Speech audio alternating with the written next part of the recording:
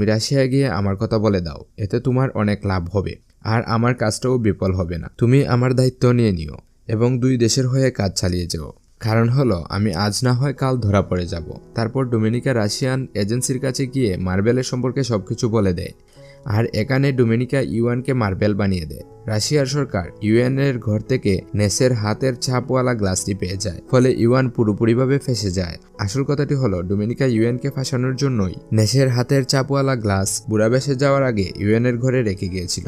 তারপর দেখানো হয় রাশিয়ান সরকার ইউএনকে মেরে ফেলে এবং ডোমিনিকার প্রমোশন হয়ে যায়। ফলে সে তার মাকে নিয়ে খুব ভালোভাবে দিন কাটাতে থাকে, কিন্তু সে নেসকে খুব মিস করে।